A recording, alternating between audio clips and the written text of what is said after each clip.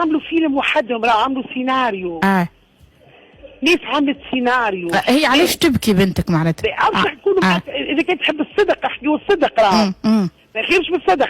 بنتي اول مره في حياتها تمشي المهرجان، اول مره تمشي لهالشامي اللي يحكيوا عليه، قالت لي امي انا كي ريت الشامي مش صدقه امي لان انا فنان قدامي. وماما الغنية أثرت فيا. قلت لها علاش حكيت ماما هكا؟ قالت لي الغنية أثرت فيا. بنت أختي حاولت تبكي. قالت لي ما جاتنا ما حد شيء، طفلة قالت لي بالشقة. قالت لي فما كلام أمي هكا قالت لي ذكرت برشا. شو ذكرته؟ قلت لها ماما.